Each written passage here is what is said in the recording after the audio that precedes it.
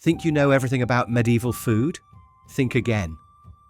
While historians love to paint pictures of peasants gnawing on stale bread and nobles feasting on roasted swan, there's a whole world of medieval snacking that's been hiding in plain sight. We're talking about the original junk food, the stuff that would make your ancestors reach for their coin purses faster than you reach for that bag of chips. From street vendors hawking fried dough to taverns serving up what can only be described as medieval energy drinks, the Middle Ages had their own version of guilty pleasures. But here's the thing that'll blow your mind.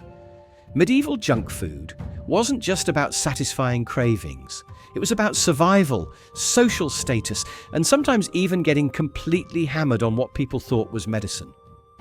We're going to explore how a simple piece of fried bread could determine whether you lived through winter, why sugar was literally worth its weight in gold, and how medieval people managed to create some of the most ingenious snack foods without a single modern kitchen appliance. So grab your heaviest cloak and your biggest appetite, because we're about to take a journey through the most deliciously disgusting, surprisingly sophisticated world of medieval munchies. And I guarantee you'll never look at your local food truck the same way again. Street food was absolutely everywhere in medieval towns and cities. Picture this. You're walking down a narrow cobblestone street, and the air is thick with smoke from countless small fires. Vendors are shouting over each other, trying to sell their wares to anyone with a few coins jingling in their purse. The smell hits you first. A mixture of frying fat, spices, and something that's definitely been sitting out way too long. Medieval street food wasn't regulated like today's food trucks. There were no health inspectors, no permits, and definitely no hand sanitizer. If you could afford a small cart, some ingredients, and had the guts to compete with dozens of other vendors, you were in business. The most successful street food vendors positioned themselves near markets, outside churches after Sunday service, and at the entrances to towns, where travellers would arrive hungry and desperate for a quick meal. The absolute king of medieval street food was something called a pasty. Now, before you start giggling, this has nothing to do with modern strip clubs. A pasty was essentially a handheld pie filled with meat, vegetables, or whatever the vendor could get their hands on. Think of it as the medieval equivalent of a hot pocket, except it was actually designed to be portable food for working people. These pasties were genius in their simplicity. The thick pastry crust served as both container and plate. You could eat the filling and then either eat the crust or throw it away, depending on how hungry you were and how much money you had. The crust was often so thick and tough that it was practically inedible anyway. It was more like edible packaging than actual food. But here's where it gets interesting. Different professions had their own signature pasty fillings. Miners got pasties with beef and potato on one end, and apple or jam on the other, so they could have their main course and dessert in one convenient package. The thick crust also meant they could hold it with dirty hands without contaminating the food inside. Fishermen's pasties were filled with whatever fish hadn't sold at market that day, mixed with onions and herbs to mask any questionable flavours. Farmers might get pasties filled with vegetables and maybe some cheese if they were lucky. The filling told everyone exactly what social class you belonged to and how much money you had to spend on lunch. Another incredibly popular street food was fritters. Medieval fritters were basically anything you could dip in batter and fry in oil. Apples, pears, elderflowers, even pieces of meat if you could afford it. The batter was usually made from flour, eggs and ale or wine, which meant these fritters could get you slightly drunk if you ate enough of them. Street vendors would set up their frying operations wherever they could find space, using large iron pans over open fires. The oil was expensive, so it got reused over and over again until it was basically black sludge. The smell of rancid frying oil mixed with whatever was being cooked that day created an aroma that could be detected from blocks away. One of the most popular medieval snacks was something called a wafer. These weren't the light, crispy wafers we know today. Medieval wafers were thick, chewy, and often flavored with honey, spices, or even wine. They were made using special wafer irons that pressed patterns into the dough, creating decorative designs that made them look fancier than they actually were. Wafer sellers were some of the most skilled street food vendors because making good wafers required perfect timing and temperature control. Too hot, and they'd burn. Too cool, and they'd be soggy and inedible. The best wafer makers could turn out dozens of these treats in an hour, selling them to anyone who wanted a sweet snack. But the real medieval junk food superstars were the pie sellers. Medieval pies weren't the delicate, flaky pastries we think of today. They were massive, dense, and filled with whatever ingredients the pie maker could get cheaply. A typical meat pie might contain beef, pork, chicken, rabbit, and several unidentifiable chunks of protein that you probably didn't want to think too hard about. The pie crust was so thick it could serve as a bowl. In fact, these crusts were called coffins, which should tell you something about their edibility. The idea was that you'd eat the filling and maybe some of the inner crust, but the outer shell was just there to hold everything together during cooking and transport. Pie sellers developed incredibly creative ways to make their products stand out from the competition.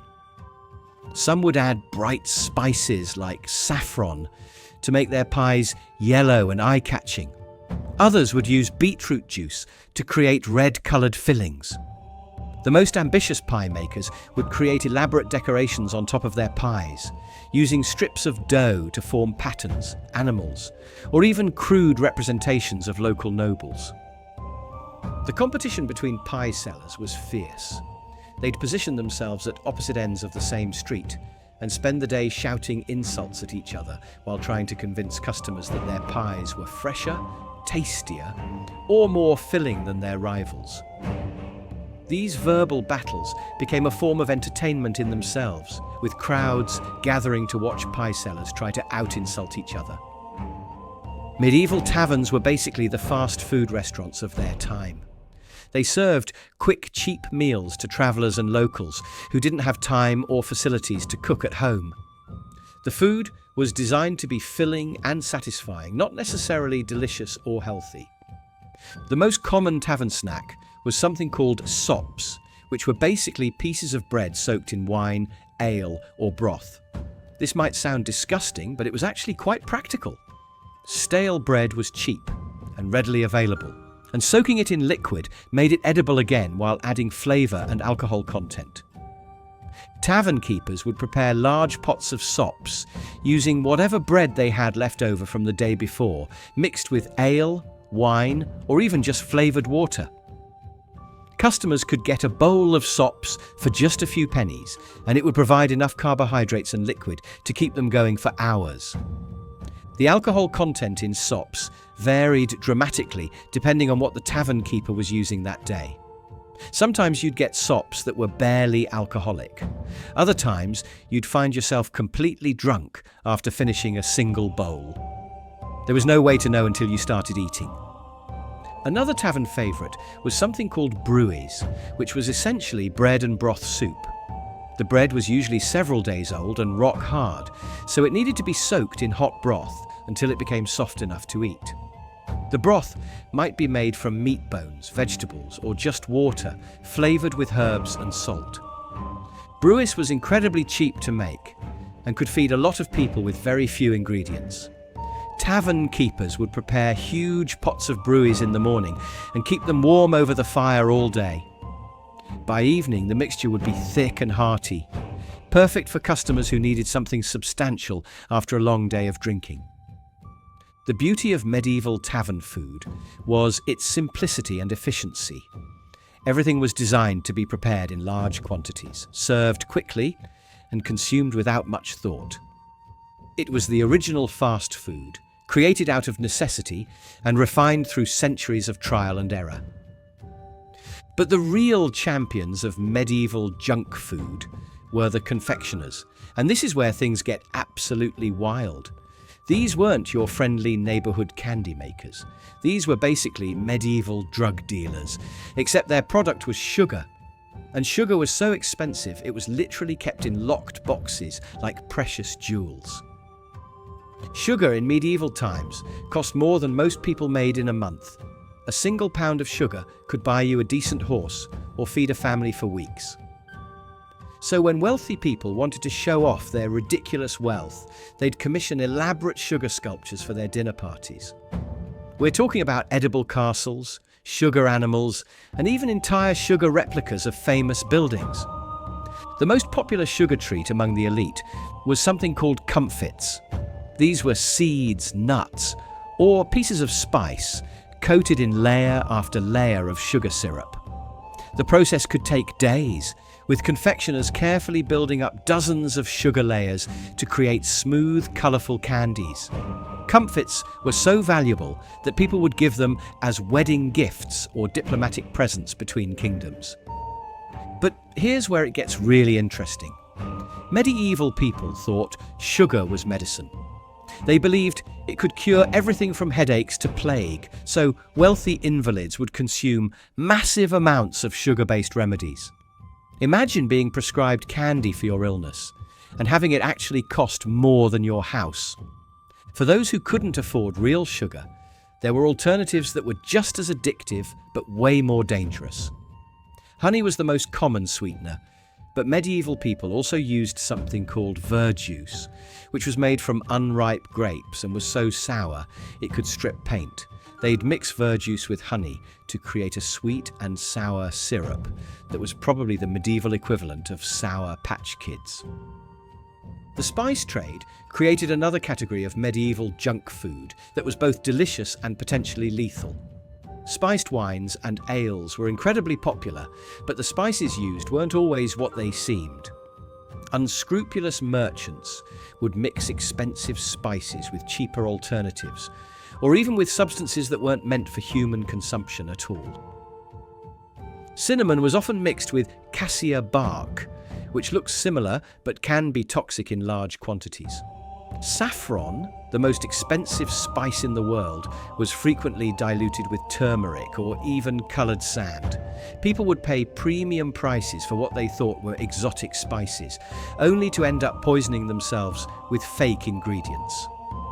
The most notorious medieval spice scam involved something called long pepper, which was supposed to be hotter and more flavourful than regular black pepper. Merchants would sell crushed charcoal mixed with a tiny amount of real pepper, creating a product that was mostly inedible, but cost as much as genuine long pepper.